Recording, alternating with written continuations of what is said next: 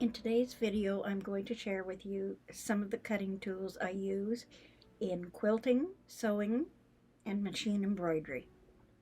On the table in front of me, I have my shears, scissors, snips, rotary cutters, and blades. Before you purchase any of the items that you see on here, my recommendation is to try before you buy, if possible.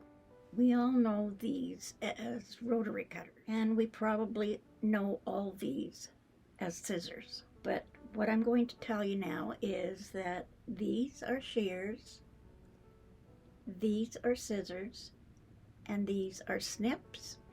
So what's the difference? The difference is in the shape of the item. Shears will have a small hole for your thumb and larger holes for your fingers. These are pinking shears.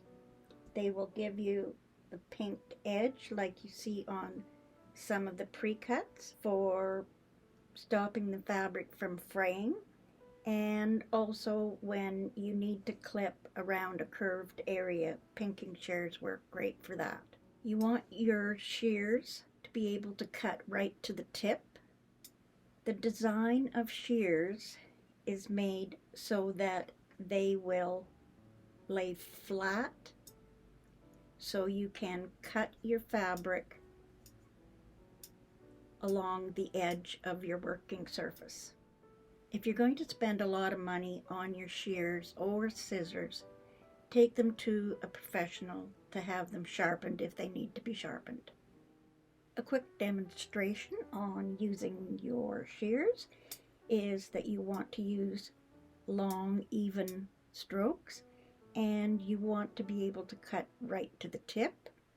Whenever you're cutting, always look at the tip of your shears, not down here where you're cutting.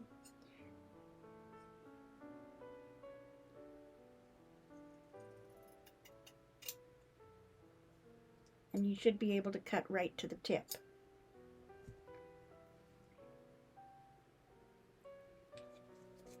For pinking shears, the same thing. Always look where you're going, not where you've been.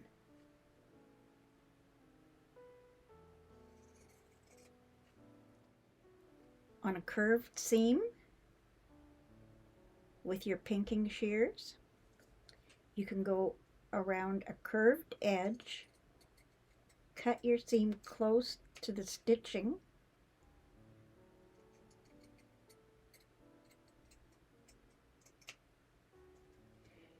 and you'll have your seam cut nice and close, and you'll be able to turn that seam nicely. Using the pinking shears eliminates you having to try to clip right to the seam. And remember, your shears, you want to be able to clip to the seam but not through. Next up are the two pair of scissors that I use when I'm sewing or doing applique work or in the hoop projects. The first pair is a small pair of scissors that I use when I'm either having to just trim some threads. Also, if I need to cut close to a seam, I will use these, and I can cut nice and close to the edge of the seam. These ones have a curved edge.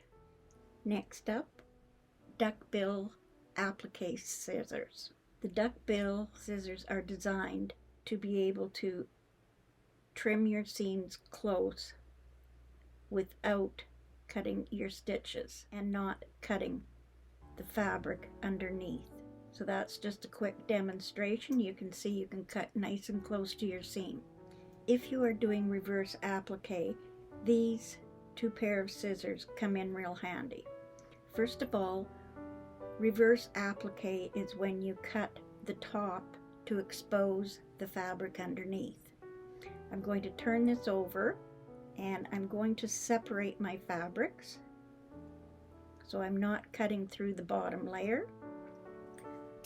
I'll use my small scissors just to cut a small little nick in there, And I'm now just going to cut close to my stitches with these small scissors.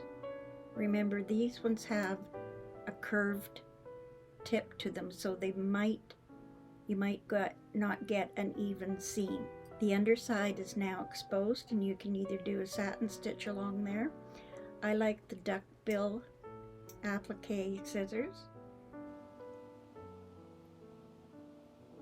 and I don't have to worry about cutting my fabric underneath. I can go in and trim a little closer if I need to. Same thing on this side. Go in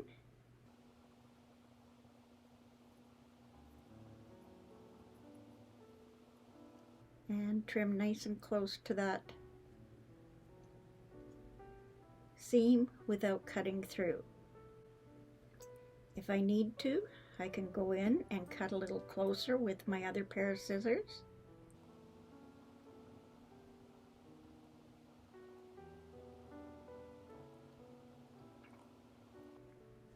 Not pretty, but it gives you the idea of what I'm doing. This last group right here are what I call thread snips. These ones I only use for my embroidery in the hoop projects and applique. They are thread snips. Thread snips normally stay open, so they're ready to snip your threads when you're ready to snip your threads. They stay open, you can snip your threads, and they're ready to go for the next time.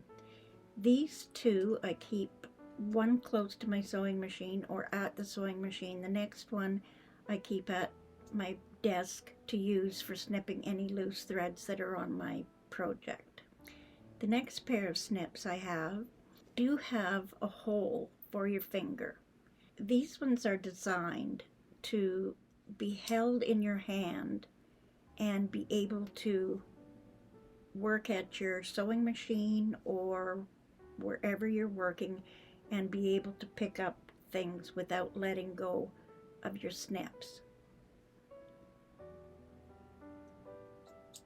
The last pair have a lock on them, and these ones I don't normally use because they've gotten dull, but they do have a safety feature on them where they will stay permanently closed until you release the little lever and they're open, so you can snip your threads.